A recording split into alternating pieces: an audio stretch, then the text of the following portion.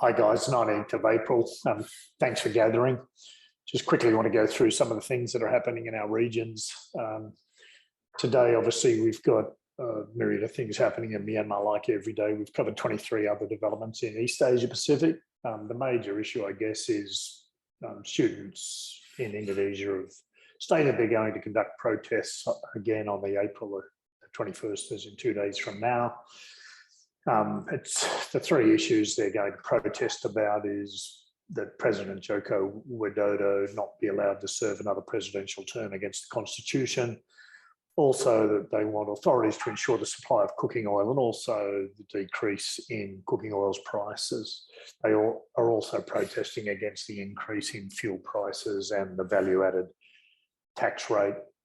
Obviously, proposals to extend President Widodo's term through some dodgy politicking by the autocrats and oligopolies and nasty members of the self-serving government in Indonesia has been controversial.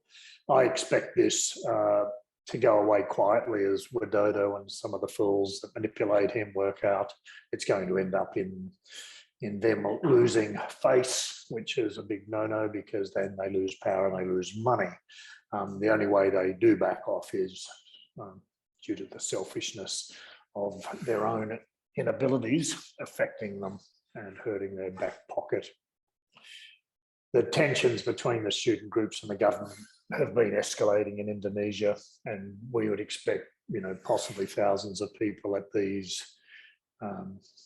protests on the 21st of April in the major cities like Jakarta, Makassar, Medan, Surabaya, Bandung and Palembang.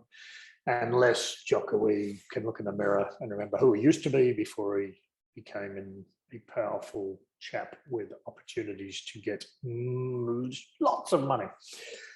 The other issues in the region, China's been dominated by COVID in Wuhan and in Beijing. North Korea have test-fired a guided weapon. Malaysia have identified 181 illegal jetties along the Kelantan-Thailand border. Obviously, Myanmar's reopened the Yangon International Airport. The Philippines are stepping up security measures for the May 9 elections. In Thailand, the Ministry of Public Health still planning to declare COVID-19 as an endemic disease by July 1. Also, on 3 days from now, 22nd of April, they're looking to make a decision to cancel test and go, which pretty much means Thailand would be open, notwithstanding a rapid antigen test on arrival. Meanwhile, Myanmar's basically just at the point where Thailand was about 8 months ago, where they've starting to open up the airport, but they've still got all the antiquated measures. So not too many people are wanting to go there, probably, except returning nationals. Okay, over to you, chaps. Thanks, Paul. So I'll cover off South Asia, where we covered 18 events today. So I just want to talk about the religious motivated violence in India. It's continued for, I think, the second weekend in a row now. So this weekend, there was unrest and violence in Delhi, in Maharashtra, including in Bombay, in Uttarakhand, Gujarat, and Karnataka.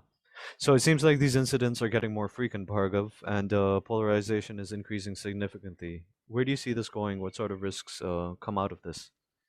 That's true. The religiously motivated issues have continued ever since the hijab issue came out, and there seems to be no end to it. And it adds to the Hindu nationalistic agenda.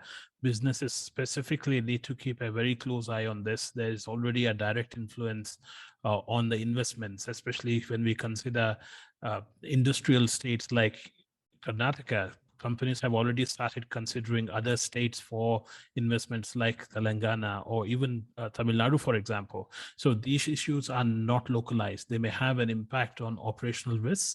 However, it hurts India as a brand, as an investment destination, not just for the states, but as a country as a whole. So businesses need to watch out very carefully on all fronts, not just operational, but also on the investments front as well. Uday? Yeah, that's a good summary of what's happening in India, Bhargav. So I think that's a wrap for South Asia for today. Thank you, Uday.